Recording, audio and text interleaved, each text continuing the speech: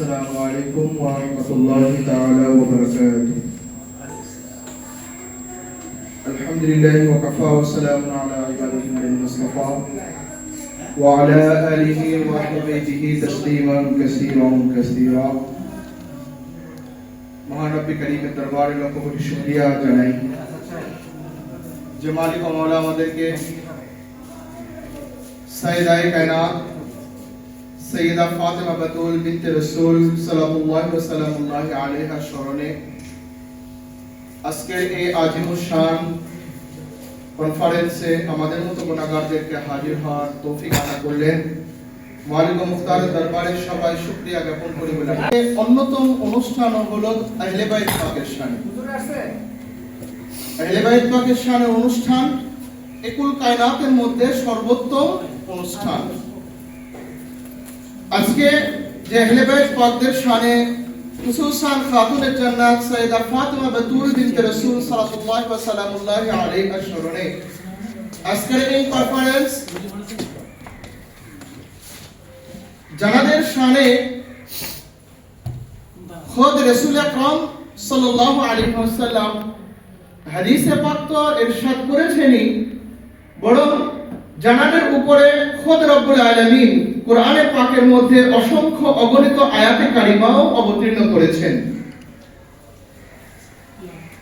তো আজকে যারা পবিত্র নাম পাকের উপরে কনফারেন্স, তার নাম মুবারক হলো সাইয়েদা ফাতেমা।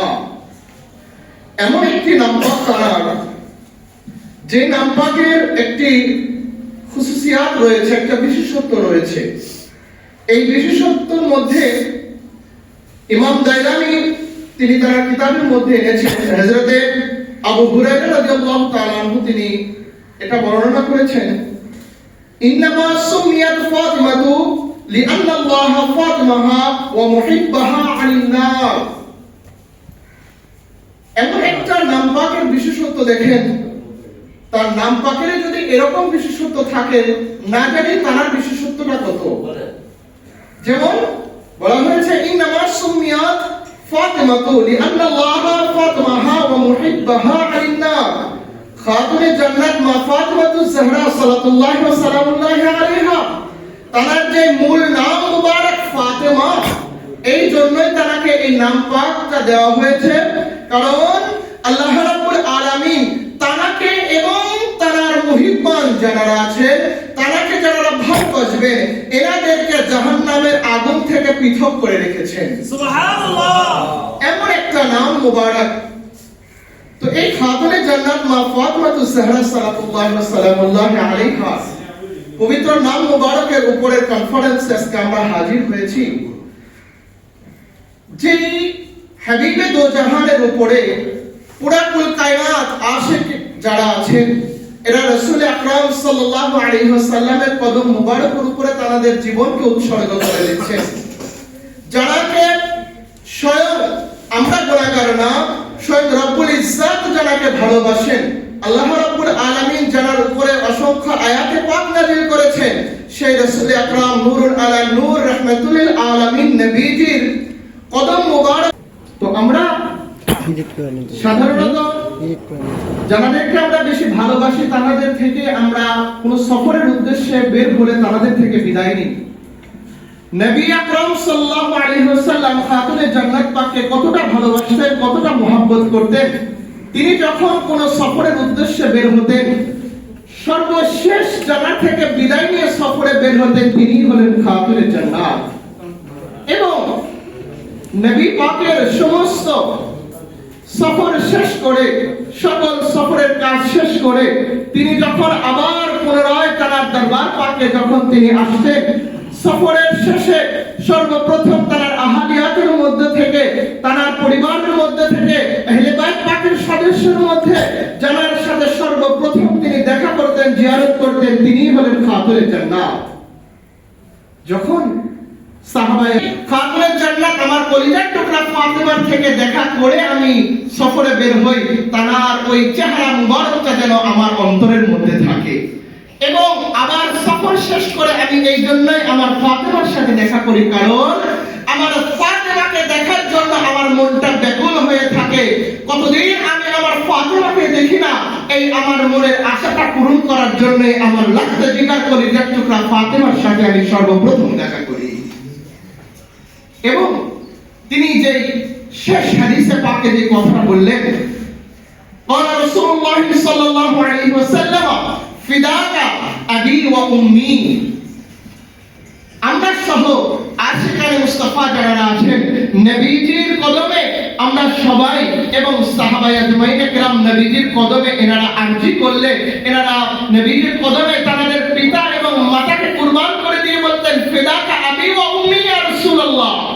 নবীজির কদমে তাদের পিতা এবং মাতাকে কুরবান করতেন এবং সেখানে সেই সাইয়েদায়ে কায়নাত পাকের শরণে স্বয়ং নূর নবী রাহমাতুল আলামিন তিনি ইরশাদ করছেন যে ইয়া ফাতেমা ফিদাকা আবি ওয়া উম্মি, ও ফাতেমা তোমার কদমে আমি নবীজির পিতা এবং মাতা কুরবান। সুবহানাল্লাহ। তাহলে চিন্তা করে দেখেন সাইয়েদায়ে কায়নাত তারা কতটা শান, তারা কতটা আজমত আল্লাহ রাব্বুল আলামিন দিয়ে দিয়েছেন। তো তারা স্মরণে আজকের এই কনফারেন্স এখানে সাইয়েদায়ে কায়নাত পাক যদি আমাদেরকে কবুল না করতেন কখনোই আমাদের মতো গুনাহগার তারা এই আজিমুস শান কনফারেন্সে হাজির হওয়ার তৌফিক হইতো না। এটা খুদ খাতুনে জান্নাত সাইয়েদায়ে ফাতেমা বাতুলের এটা কৃপা দয়া আমাদের মতো গুনাহগারদের প্রতি। কারণ আমরা শুধুমাত্র গোলাপে পাক পাঞ্জাতন যারা আছি শুধুমাত্র এনাদেরকে ভালোবাসি শুধু তাই নয়, কিন্তু এমন একটা ব্যক্তিদেরকে আমরা ভালোবাসি, শেরখদা মওলা মুশকিল কোশাকে আমরা ভালোবাসি, সাইয়েদায়ে ফাতেমা বাতুলকে আমরা ভালোবাসি, রাহমাতুল আলামিনকে আমরা ভালোবাসি, বড় ইমাম পাক ইমাম হাসান মুজতাবা সাইয়্যিদুশ শুহাদা শহীদে কারবালা মওলা হুসাইন আলাইহিস সালাতু ওয়াস সালামদেরকে আমরা ভালোবাসি। শুধুমাত্র এই দুনিয়াতে আমরা ভালোবাসি শুধু তাই নয় ভাই, এনাদেরকে ভালোবাসলে দুনিয়াতে যদি কারোর সাথে কারোর সম্পর্ক থাকে এটা মৃত্যু পর্যন্ত সেই সম্পর্কের ইতি ঘটে যাবে। কিন্তু পাক পাঞ্জাতন পাক আহলে বাইত পাক আওলাদে রাসূল আলে রাসূল যারা আছেন এনাদের সাথে যদি সম্পর্ক রাখা যায়, তাওয়াল্লুক রাখা যায়, শুধুমাত্র দুনিয়াতে নয় সর্বশ্রেষ্ঠ জায়গা যেটা সর্বকঠিন জায়গা যেটাকে বলা হয় সেই কিয়ামতের ময়দানে এই পাক পাঞ্জাতন পাকদেরকে ভালোবাসলে রব্বে কারীম এই গুনাহগার গোলামদের প্রতি দয়া করবেন। এটা দেখেন আজকে আমরা যারা আহলে বাইত পাকদেরকে ভালোবাসি, পাক পাঞ্জাতন পাকদেরকে আমরা যারা ভালোবাসি, আমাদের উপরে অনেক তহমত দেওয়া হয়, অনেক কথা বলা হয়, কিন্তু আহলে বাইত পাকের শরণের আলোচনা আমরা গুনাহগাররা না, স্বয়ং খোদ রব্বে কারীম কিন্তু কোরআনে পাকের মধ্যে আলোচনা করেছেন। আল্লাহ তাআলা কোরআনে পাকের মধ্যে সূরা হিসাবের মধ্যে ইরশাদ করেছেন ইন্নামা ইউরিদুল্লাহু লিইউযহিবা আনকুমুর রিজসা আহলাল বাইতি ওয়া ইউতাহহিরাকুম তাতহীরা। আহলে বাইতের কথা আজকে একদল ব্যক্তিরা এরা খুঁজে পায় না, কোরআনে পাকে পায় না, হাদিসে পাকেও পায় না। আসলে আমরা তাদেরকে আজকের এই সাইয়েদায়ে কায়নাত পাকের কনফারেন্স থেকে বলতে চাই, ভাই মুহাব্বতের চশমাটা লাগাও, দুশমনে আহলে বাইতের চশমাটাকে চোখ থেকে সরাই দাও। যদি মুহাব্বতে আহলে বাইতের চশমাটাকে চোখে লাগাইতে পারো দেখবে পুরো কায়নাতই আল্লাহ তাআলা পাক পাঞ্জাতনের জন্য সৃষ্টি করেছে। এটা কিন্তু আমাদের ব্যক্তিগত কোনো কথা না। আমরা যারা আহলে বাইত পাককে ভালোবাসি আমরা পবিত্রদেরকে ভালোবাসি, পবিত্র সত্তাদেরকে আমরা ভালোবাসি, পাকে পাঞ্জাতনকে আমরা ভালোবাসি, যাদেরকে মহব্বত করলে দুনিয়াতেও কায়াম হওয়া যাবে এবং আখিরাতেও কামিয়াব হওয়া যাবে।